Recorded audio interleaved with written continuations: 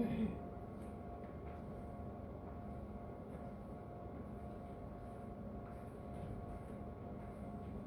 morning, class. This is your instructor. Today I'm going to be talking about binomial distribution and branch correlation. Although these topics are totally different from each other, but since we have to do or tackle with so many topics, it's better to at least tackle two at a time. So let's just begin with the binomial distribution.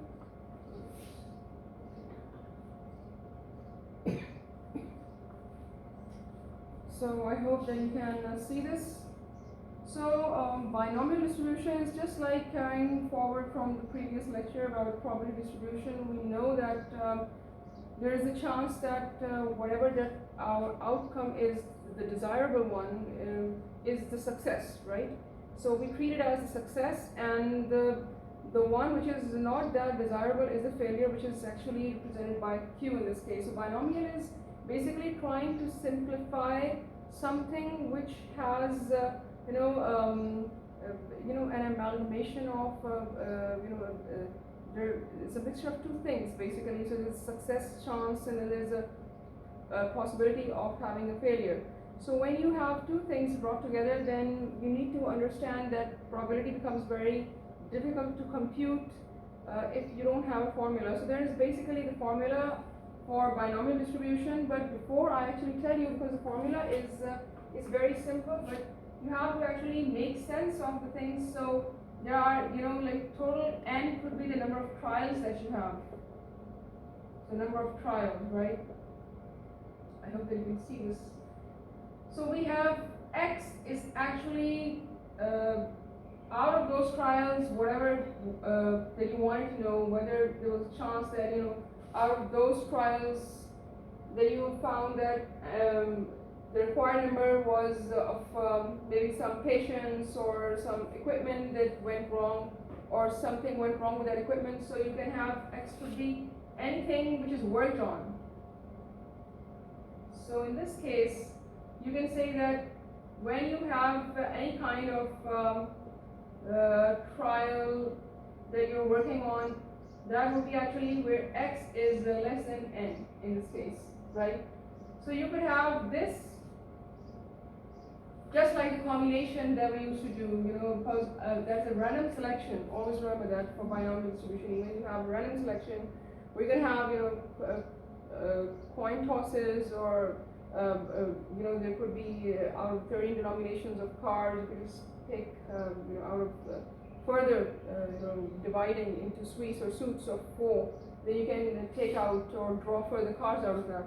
But the trials, or you can say the total pool that you have out of which you are going to be extracting some part, is actually the combination where you have x as being lower in value to n. But in this case now, since it's binomial distribution, and we can have success as well as failure as a constant fluctuation of electricity, and so you have to put up with this. I'm really sorry for that.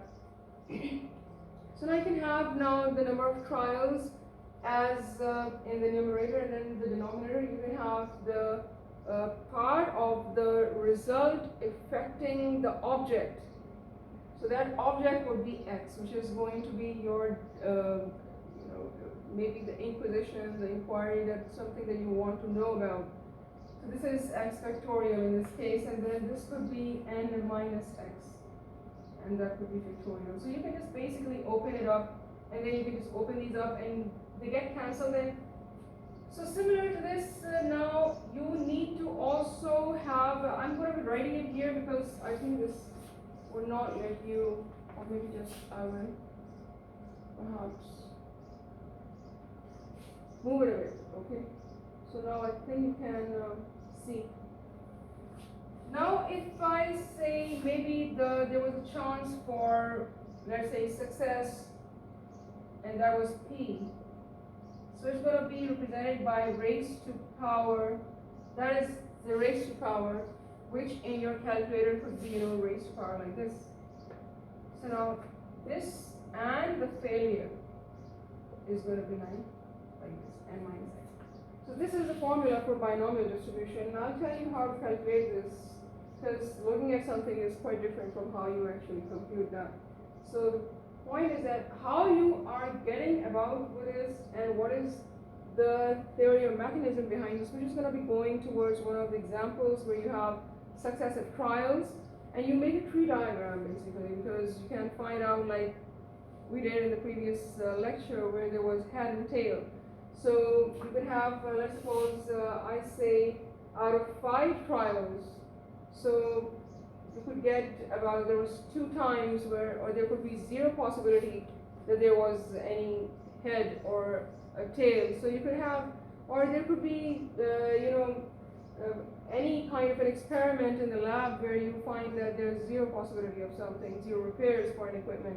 So things like that, you can just have this as the total trial minus the object that you think that x could be going from 0, 1 to up to max as n times, can't exceed that.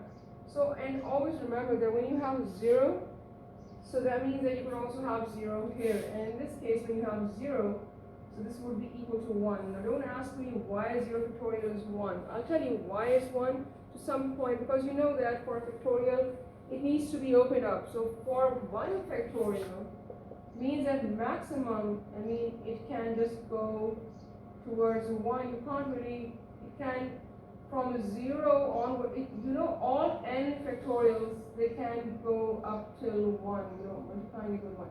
They won't go below 1, because if you multiply with 0, everything turns to 0. So at most, the lowest value that you can have is 1. So that is why we say that it can between 0 and the least that you could be accepting is 1. So that means that if this is 0 and this is n, so the least value is, starting from 1, you won't multiply with 0. So that is why we say that all factorials would begin with, even the 0 factorial would actually be 1 and not 0, okay? And anything raised to power 0 is 1. So guys, I think now it shouldn't be a problem, and you can just simply open this and expand this.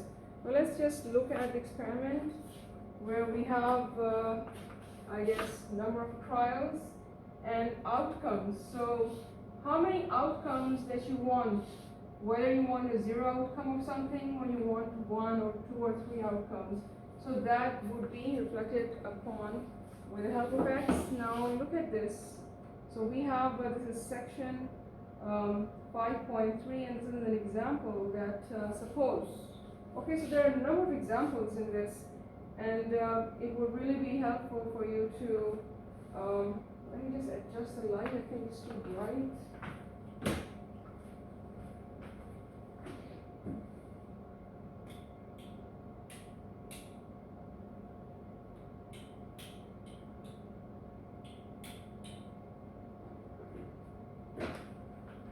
I think now should be pretty much clear to you.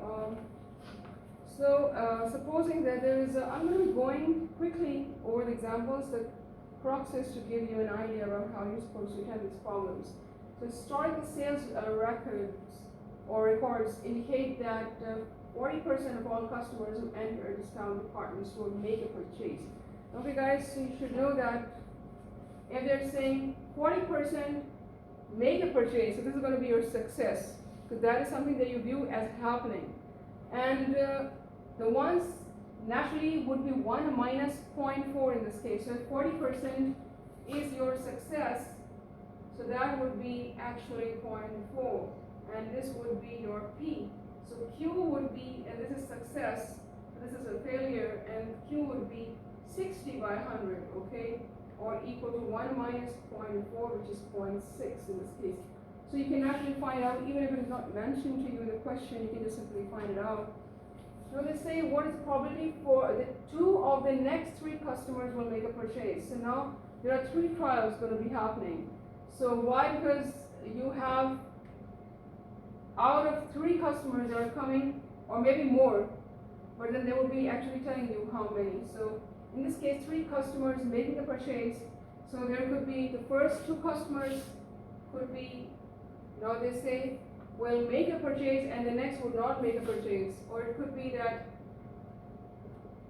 something like that, because This is for purchase, and this is for not making a purchase. So you could also make a tree diagram, not making purchase. So, and this could be in any order, like for the first two customers that come, first two and 1, 2, 3, 1, 2, 3. So it could be like this.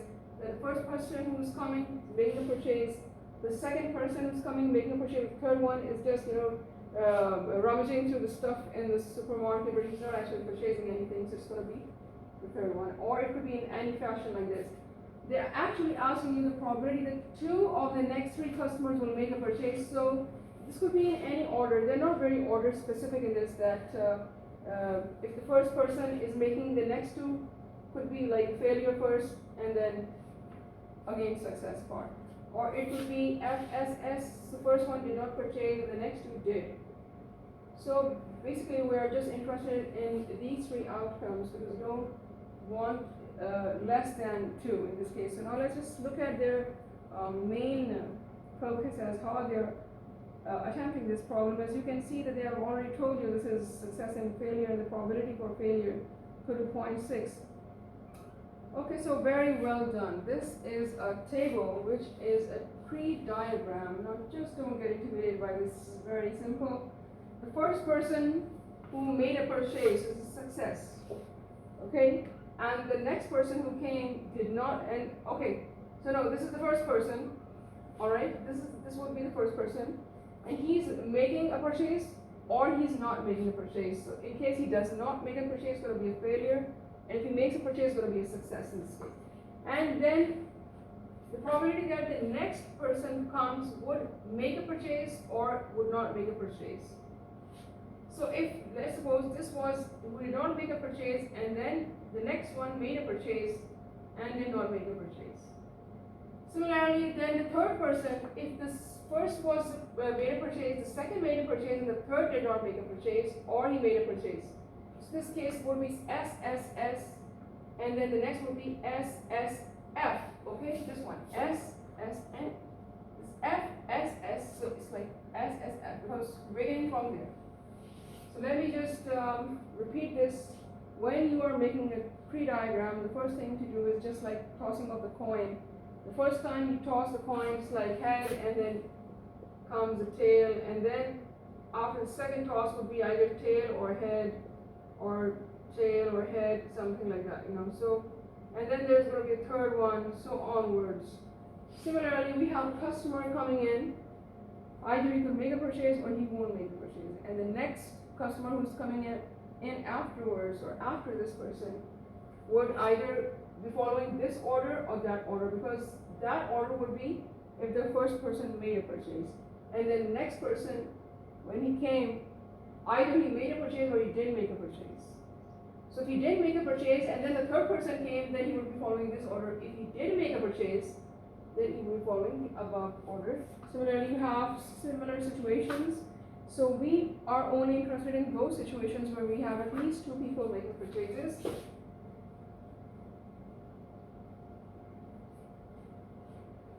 And now similarly, you can see here all the situations. So we could have with the probability of 2 or more making a purchase, then it could be all S's as well. So they asked us that 2 of the next 3. So it's just strictly 2, then you will not have 3, but rather have this part, and this part, because these 3 would be making a purchase in this case, right? So these are all the possibilities here. Now again, I've told you that this is the possibility for having SSF, so SFS and FSS, because this is what we actually came from the tree diagram. So we already know the probability of success for the first is going to be just 0.4, and for failure it's actually 0.6. So 0.4, 0.4, and 0.6. So then SFS is actually all these probabilities multiplied together, and FSS is all 3, because now you're multiplying them because these are replicated. This is the number of times that an event has repeated. So that's why we're actually multiplying the probabilities together, and we have the first person coming. So FSS is just a shortened, this is the it is denoting the shortest possible, the mechanism for repeating three times something. So it's the short, or you can just say there is symbology for these three trials that actually represent what we're looking for in this case. So we have the failure first. This FSS is actually the failure probability for the first one, and then the next two customers coming in, they were the probability of success. These probability of success are actually repeating themselves. So this is just an acronym, you can say. It's just representing this. It's just something which is a shortened version. You can just say that. Okay. So we just multiply this thing in power form, and if now they say that it follows as a probability, you can just simply, if they've asked you, this is just the individual result, because they've asked you all those possibilities where the customers were two who were interested in making purchases. So that means that this was not one customer, it was not three customers, it was two customers. So there were three such possibilities, so you just add them up. So what you're going to be doing is probability of this plus probability of this plus probability of this. All these probabilities will sum up in order to give you one full answer. This is the total probability. Now again, they've just given you what I told you in the beginning. This is the number of ways to range two successes among three trials. So 3 is going to be your n, the number of trials, and the successes are just something that we are looking for. It's the objective, main focus of the problem. So we can have this formula as already given to you, and this you can just simply open it. They've just told you how you're supposed to open this formula.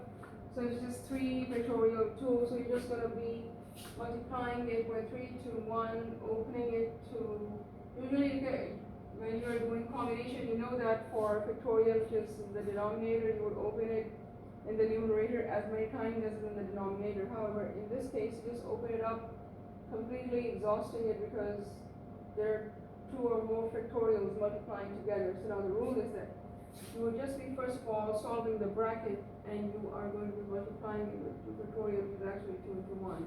So you can have this and you can get the total value. They're just usually cancelled out. So this is also very much in Minitab, and you can practice that in Minitab as well. But then graphically also, sometimes there's a probability which is given to you which is unrealistic. So let's just follow an example where we can see how it can be unrealistic. Okay. So just another example where they've told you how you're supposed to calculate something. In case you have any issues, just look at this beautiful book. It's very well written, and this is by Bowerman. It's Elementary Statistics, and this is the 5th edition. So now, as you know that this is 3 factorial, so but you're just completely exhausting the 5 factorial, and then 3 times 3 into 2 and then 1, so it's just 3 times 2 and then 1, and then you can have this open as well. So you just simply multiply this raised to power, and you can have different values. Now we have, so this is just, again, you cannot, if not able to understand completely, this is just another example. It's just, this section is full of examples, so you can really get your grip on the probability. And I would like to remind you that since we have already done mu as x, px, so in this case, you should know that mu would be actually np, okay? And if you're trying to find out sigma, that would be npq, and that would be under root, okay? And but the values would just be the same as you obtained from this formula. And then what we did was that you already, so it's x minus mu squared px. So this is just giving you the same result for sigma squared, and then you can have this as whole under root as this one. So these formulas, even if you look at the previous lecture, the probability distribution would give, we were required to find out sigma square and value of mu. So in this case, you are just given a different formula, but the result would be the same for both the formulas. Since we have number of trials here and over there, we didn't have number of trials. Instead, we just had some data with us from which to calculate the mean, as well as this is a population mean and the standard deviation or variance for standard deviation square. Okay, so this is just one of the better examples to explain to you what is this X0, 1, 2, 3, 4. So antibiotics occasionally cause a nausea as a side effect. So a major drug company has developed a new antibiotic called pimicin. So the company claims at most 10% treated with the medicine would experience nausea as a side effect. So now we randomly select 4 patients. So these are just like our trials. This is this pool. Either it's a trial when you're tossing a coin, it's just a pool. So we have out of the 4 patients, so n would be in this case 4 factorial and over x. Now what is x in this case? So we assume, first of all, we also need to know what is the success and failure for the binomial. And even if in the exam you don't get to be asked whether it's a binomial or Poisson, because we will be doing Poisson x, you should just know that you will be given the success, failure, and then you will automatically know that it is the binomial distribution for a number of trials that are randomly conducted. So the patients would either experience nausea, that is a success in this case, or not experience it.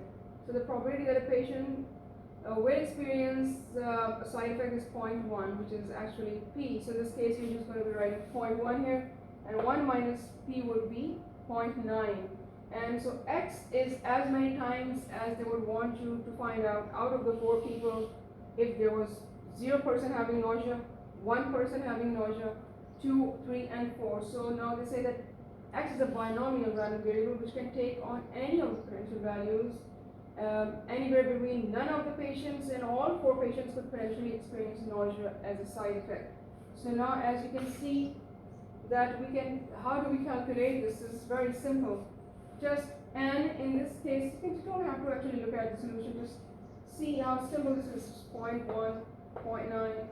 So this is our success is based on person actually having nausea out of this consumption of medicine. So we can have, or out of this experiment, so we have in this case 4 trials to 0 factorial, n minus 0 factorial. So it's and this is just n factorial, so just cancelled out. 0.1 raised to power 0 to 1 minus is 0.9 to, this is actually, the answer would be just 0.9 raised to power 0.9, and that would be just because this is 0.1, which is actually 0.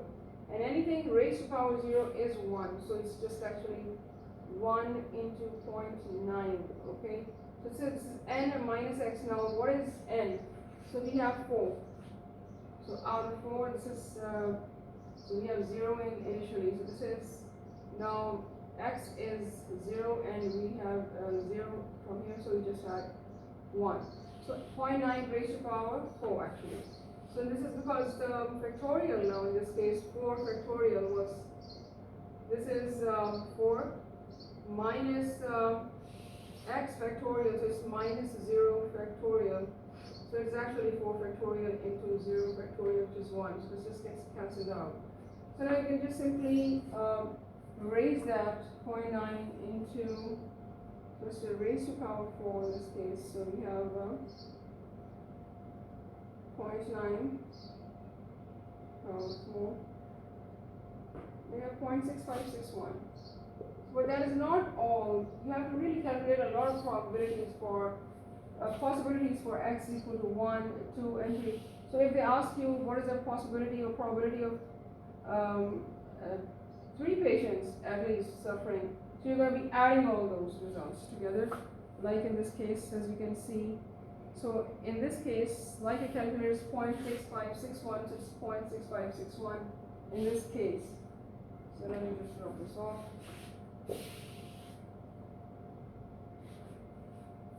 So for 0 is this, and then for 1, again, you can just simply see that this was, for 1 is just 1 factorial 4 minus 1 is actually, what is this actually? It's just 4 minus 1 is 3 factorial, so the answer would be 4.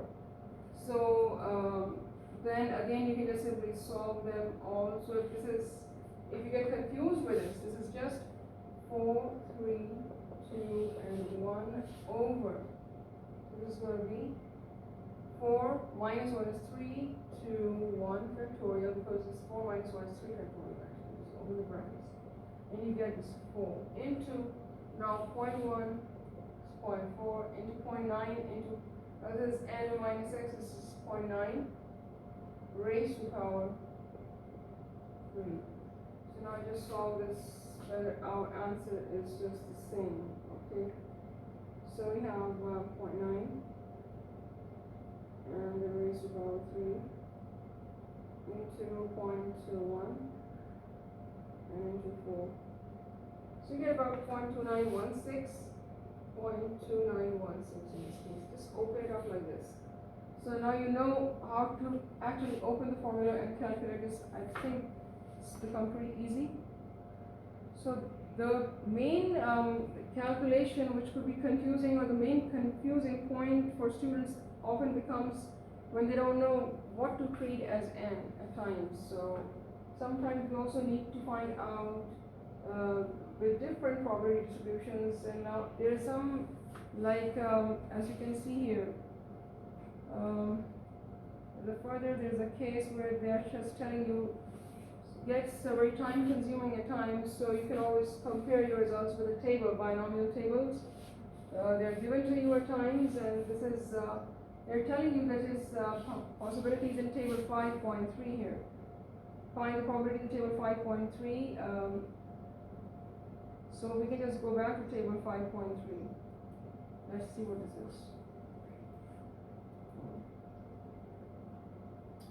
So now this is just the probabilities, okay? Now, what they have said is that to find the probabilities we have computed, we look in part of table 5.4, because this is appendix page 599. I'll be giving you this table separately, but you can always find it on net. You can just use Google that and you'll find out what is a binomial table, all those values. So you can just see now the result that you were looking for. In this case was 0.6561 for success of 0.1, and the number of trials was, for x is 0, 1, 2, 3, 4, and n as the number of trials. Now for each trial there will be different table parts, so that this is x and this is the success. So we have the value of p from 0.05 to 0.5. This is from 0.05 to 0.5, and we have the value of p as 0.1 here. So for finding out the probability distribution from the table, you need to first look at the p, and x in this case was 0, and then I calculated the spot for you, which is 1, which is 0.2916 for the same value. So number of successes and in the number of trials, which is actually in this case 4 trials. So there are 3 things you have to look for. First, how many trials we're looking for. So in this case we have 4 patients, so 4 trials. Then we need to know what is the success probability in this case, which was, so we had 10% patients at least expected to have nausea, so we can have that as 0.1. Okay, so we have n, now we have p, and then we also need x in this case, or nx or p. So x is 0, so 0.1 for 1 patient having nausea, then this is this one. Second patient, third, and fourth, so on. So you can find out from the table. So next we have,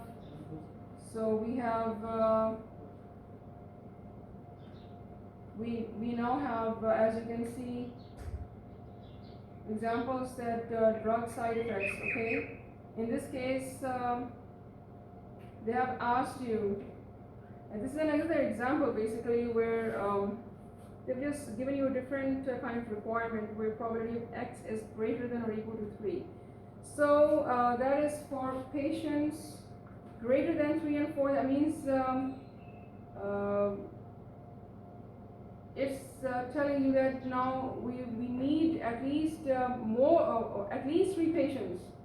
What is the probability that at least 3 patients would be having some kind of side effect from there, right? So we're going to be having 3 and probability of x. In this case, you're just going to be adding all these two possibilities together. So probability of x is equal to 3 and probability of x is equal to 4 in this case, right? So now you have 0.0036 and 0.0001. So we have this value. So just you've already calculated these, as you can see. If the success is the same, do we have the results with us? 0.0036 and 0.0001. So just add them. For x greater than or equal to 3 again, I would surmise that it means 3 patients getting nausea or 4 patients getting nausea. So it's greater than or equal to 3 is 3 and 4. Had it been greater than 3, so it would have been all 4 patients. Similarly, now you know how to find out the table, the probability results, and you just look at this. Then there's something I would like you to see here. It's something which is interesting because at times, now they've given you a very high possibility of success rate in this case. You look at the example here. A manufacturer of television, okay? So he said claims that 95% last at least 5 years. So now there's at least 5 years, 95% is a success when it lasts. And it is not actually 5 years, it is actually the number of, sometimes the trials that took place now where you have, see the potential values of x. Now what is actually n equal to 8 is the selected sets. The television sets were 8, and now out of those 8, they're actually telling you that will last at least 5 years, and x is a binomial variable that can take on any potential values. The binomial distribution, we read the values of x, we could use the binomial that 5 out of 8 randomly selected television sets would at least last. That means, and do not be confused with the periods. Time period is separate, it's by chance it's 5 years, but out of those 5 are such that they will at least last 5 years. So now you have 0.95 with the success, and 1 minus 0.95 is 0.05, and n minus x giving you an answer. However, there is an anomaly in this. So as you can see, this is the probability of 1, 2, 3 probabilities are 0. So it means that value is very small. And they're telling you that if there is 0 television coming in, 1 television, 2, 3, 4 televisions coming in these, so 5 out of randomly selected sets would at least last 5 years. So now this obviously is not lasting 5 years. So the probability is actually very low without a single repair. So this value is very small. So that means this value of success is not correct, because in this case, as you can see, even in the May tab, you can find out this whole, we have manually calculated, but in May tab, you would be calculating all these values together. So now this is the first one that we calculated manually, and the May tab, this is 0.0054. What they're actually trying to tell you is that when the value becomes too low, it means that our success calculation is not correct, because it is not possible that there is no single repair. Okay, so the television sets would naturally be requiring repair in 5 years' time. So, and in this 5 years, there's 0 probability that 0 sets are coming. That means there are sets that are coming in, and for 1 set coming in is again 0. So this is just too low. So it means that we need to reduce our success probability. It means that this probability that televisions are not coming in for a single repair is incorrect. okay? So as you can see here, you can just read up on it, and they've also explained to you that 0.0058 is actually 0.58%, and 0.58% is actually just 0.0058, and to convert it into 58, you just have to, divide it by 10,000, that's all. So what they're trying to tell you is that last 5 years without a single repair, therefore we are to believe that, we must believe that 58 in 10,000 chance has occurred. It is too low. It is difficult to believe that such a small chance has occurred, so we have strong evidence that P does not equal 0.95.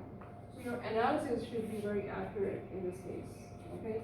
And they've given you different binomial distributions here. As you can see, this is binomial with 5, 0.5, and trials. The number of trials are 5. This is number of trials, there's 20. And we have different success ratios, and we have different graphs and showing you skewness one way or the other way, or they're perfectly centralized.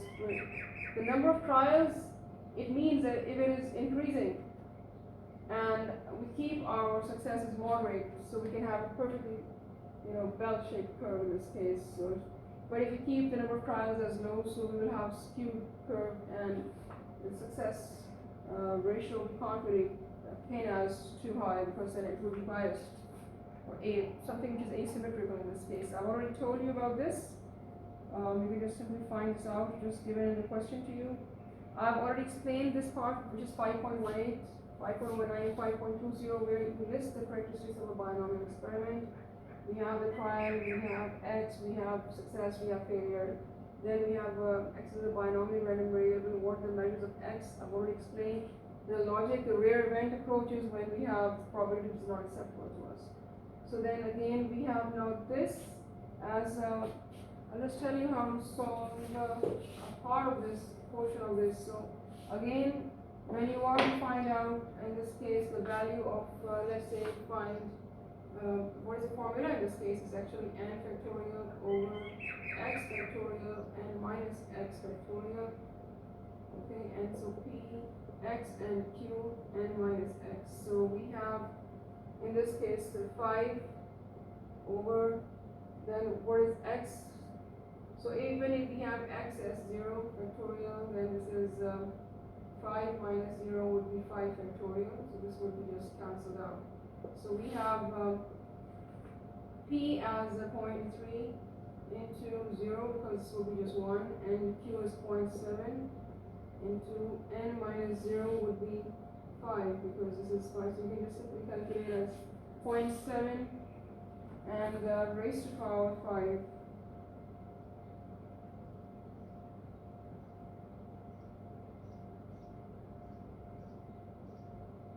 So we have 0.16807, because our success is having x as 0 in this case. Now again, then we can have the next as 1, where we have 5 factorial, which is 5, 4, 3, 2, 1.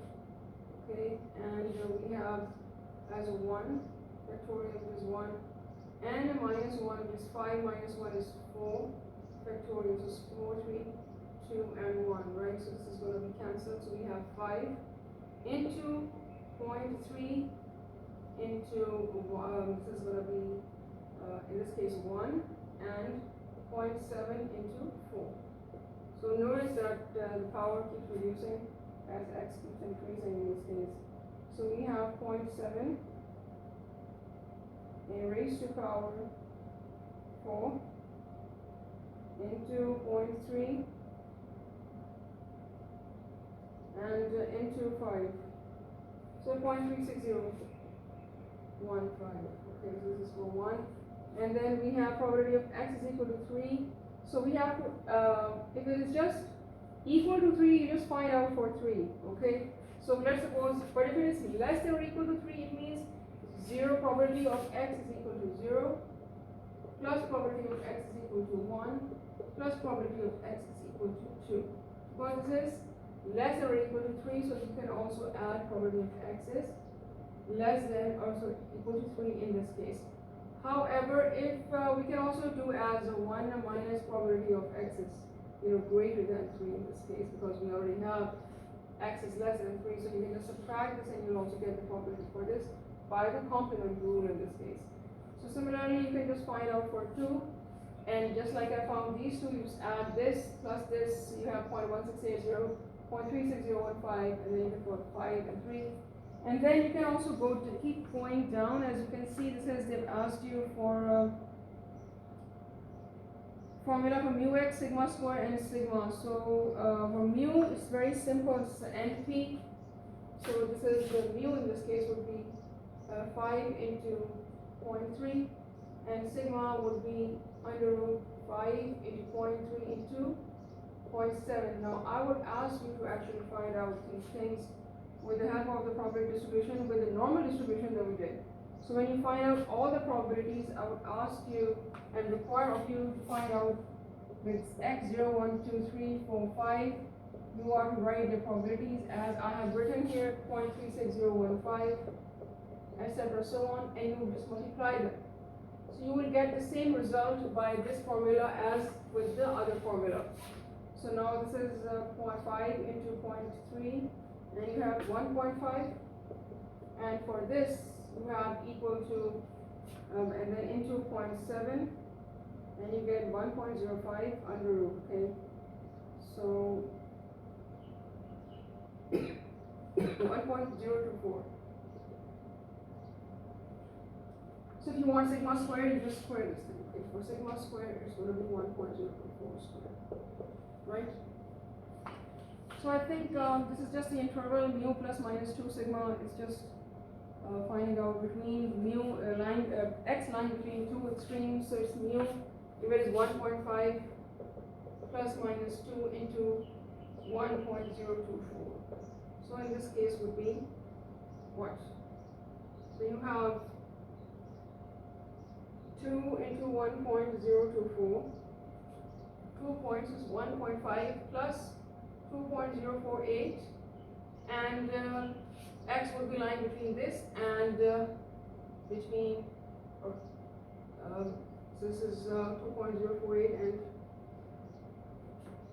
minus 1.5 minus 0.548. Okay, so it could be anywhere between this or less than or equal to. It's just the interval that is being given to you in this case.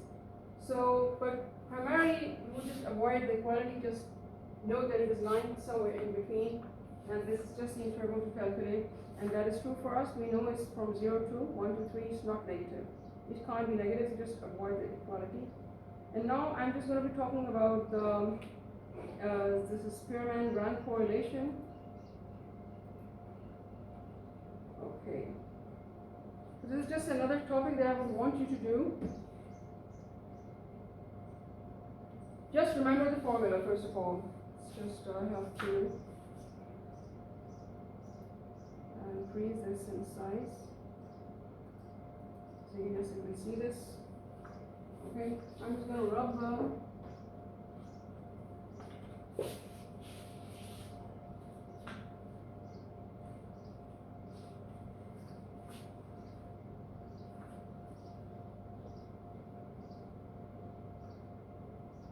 so now you know, just remember the formula for rank correlation.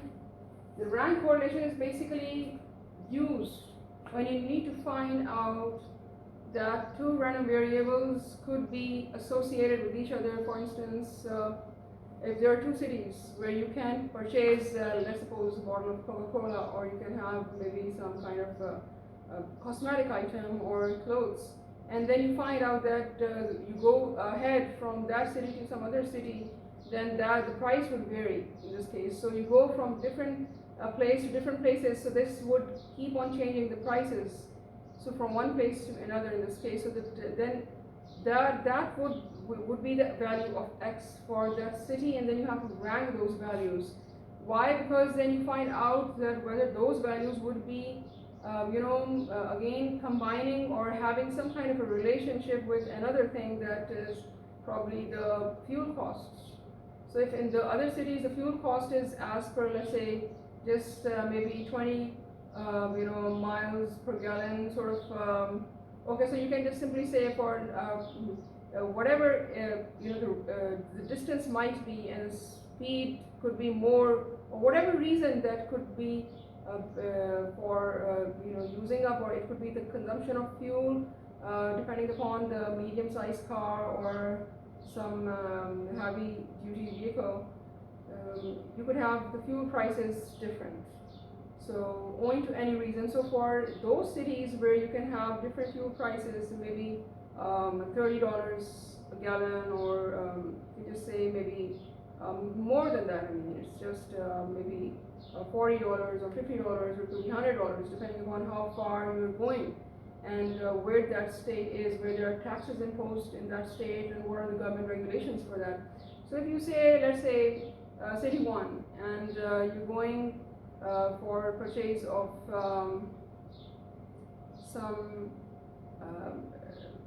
you can say, a tablet or a laptop, and you can have it for maybe $600.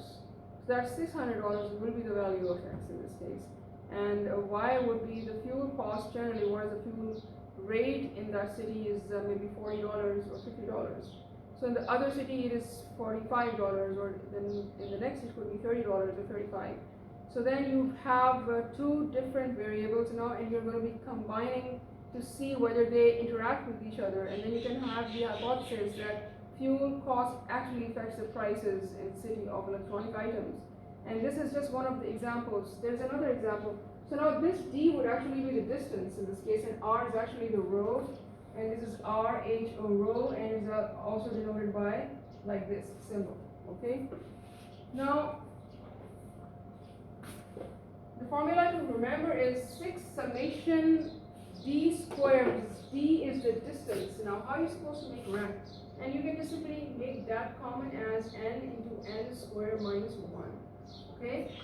How are you supposed to find out the ranks? Normally you just arrange the data in descending order. So the highest value would be, it's like this. You have maybe 4, 3, 2, 1. So this is going to be from highest to lowest, and you're going to rank it as 1, 2, 3, 4.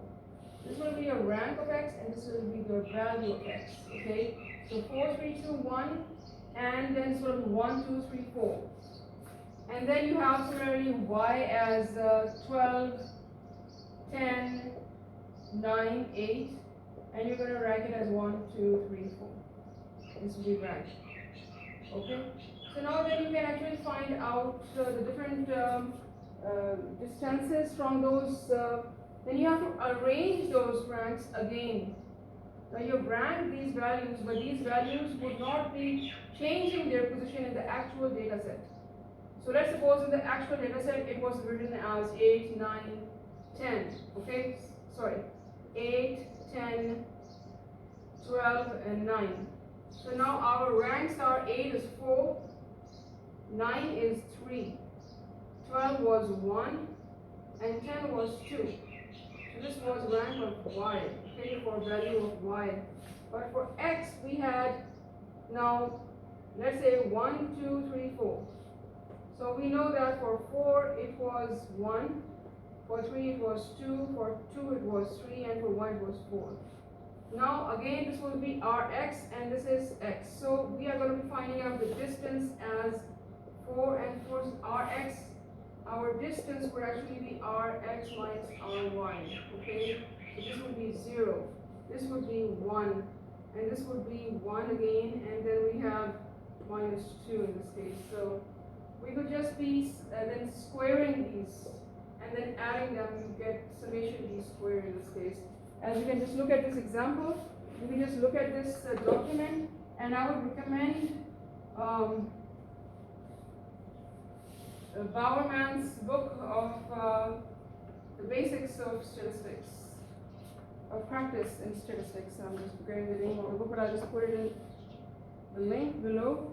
You can see this is by Bowerman, and also I would recommend that you look at different material on the net to actually understand where different situations can lead you to determine the rank correlation. And you also have a hypothesis in this case. So now let's suppose this we have this example. Okay, so they have given you a width a width of centimeters for sample 1. It could be a swimming pool, it could be some kind of a park or plot where you have these values. So now you have to, and then there's a depth, or it could be a swimming pool with width and depth. You're trying to find out whether that with width and depth are actually going to cause maybe the value of the pool to maybe increase, or there could be some other thing pertaining to it. We just need to know whether this would actually be important for the results, and what results we want are depending upon the success that we need. So in this case, let's just see that the depth of a river does not increase the further from the river bank. So we need to have a hypothesis in this case. So now you know what is the hypothesis. So proving or disproving a hypothesis is with a rank, and if R is between, it's a minus or plus 1, so basically it's between this value. It should not be more than that. It could be in decimals. Usually it's in decimal 0.97. It can max reach as 1, but it normally doesn't reach 1. So 97, 98 in decimal values. So this would tell you whether it is significant or not. So if it is something too significant, then you can reject the hypothesis that it would not impact something. So what is the hypothesis? It says the depth of a river does not progressively increase the further from the bank. Now, we want to actually know the depth would not increase by looking at the depth in centimeters, okay, and the width as well. So we have, now we are going to be randomly associating. So what we are going to be doing is arranging that in descending order. Right now it's arranging ascending order. But for rank purposes, we are going to be rearranging it in the descending order, having 500 as at the top level. So as you can see, they have not done that, but you can just do it as 500, writing 500, and then 450, and then 400, and then 350, and then 300. Let's say just you have, so 1, 2, 3, 4, 5. So then you can just simply sort these values. Where 500 is 1, so you can just rank it as 1, 2, 3, 4, and onward. So you can just simply rank that. Instead of directly ranking, you first of all arrange the data in descending order. Okay, so it's descending order. So you arrange the data. For this, you find out then this is the rank. Again for depth now. As you can see, the depth is 0, 10, 28. So now you have arranged this data as well. So now highest value would be, in this case, 104. So you're going to be ranking it as 1. What is the second highest value? In this case, 96. So you're going to be ranking it as 2. And then 85 as 3, 73 as 4. As you can see this. So what is a rank actually? So now you can see this is, we have 1, 2, 3, and 4, and onwards, right? But you don't have to do it directly, just do it separately first, and then you can just put those ranks. And then you can just find out the difference between those ranks. Okay, so there is another anomaly. Let's suppose you have two figures together. So we have 104 twice appearing in this. So let's suppose we have 104 twice. So we would be ranking as 104, then 96, and sorry, again 104, and then 96. Let's suppose it was something like that, 85. Then it will be 1, 2, 3, 4, like this, okay? And then this would have actually 1 plus 2 equal to 3 by 2. And you can just simply find out the answer just like they have done here. They have, having repetitive values, so just simply you can just find out what is 1 point, and then you can have 1.5 something value, so you can just simply, this is the value for, then you are going to be putting as 1.5 and 1.5 and then onwards. So you want, the rest of the ranks will not be affected by the value. Okay. If you have any questions, you can ask me. And the next part is when you're going to subtract one rank from the other, like I told you. So this is D would be the difference between the two ranks. So 10 minus 10 is 0, 9 minus 9 is 0 again. then you would d-square it. And then in Excel, you can just simply put the command, you can just square this table, or you can just put power minus 1 and 2. 2 is actually the squaring part, and minus 1 is actually this values of power minus 1, and how many times you want that to be squared. So you will just get this value in Excel, or you can just simply multiply the two cells together. So now you can just have sum of these values, and then summation d squared, then you already know that n is 10, and degree of freedom in this case would be for true, usually we keep as 2, so it's 10 minus 2 equal to 8. So our degrees of freedom. Why we need the degree of freedom? Because we need to plot sometimes the graph, and we need to know whether the values are significant or not. So you can just simply put in the values here in the formula, and you find out that rho is actually 0.97, it's between minus 1 to plus 1. And as you can see here now, this is our degree of freedom. So we had it as 8, it was 10 and minus 2, 8. And this is from where the Spearman rank correlation was. We had 0.97. So we plotted here, and this value is actually just simply on estimation basis. You know that this is 5% for level of significance. That means we are 95% confident. And this is 99%, and this is, this is 0.1% in this case. So this is quite significant, right? So, and we can't really accept anything going below this level, because then we are not that confident, okay? So we are 97 in this case, and ours is 97% confident almost, because we have actually between 0.9, it's between 1 and a minus 1. As you can see, this is giving us 0.1%. So you can find out the level of significance by finding out what is the degree of freedom and the rank correlation of 0.97, which will give you the highest level of significance is 0.1%. And then there's a greater chance that the relationship is significant, and then we can reject the hypothesis that the hypothesis was that river does not progressively increase in depth, but we reject that hypothesis and say that alternate hypothesis is correct, that it increases. Okay guys, so I'm done with the rank correlation. Sorry. So now you are to do this document, and this is a very good document. I'll tell you how to get this. You just simply go to spearmanrgs.org.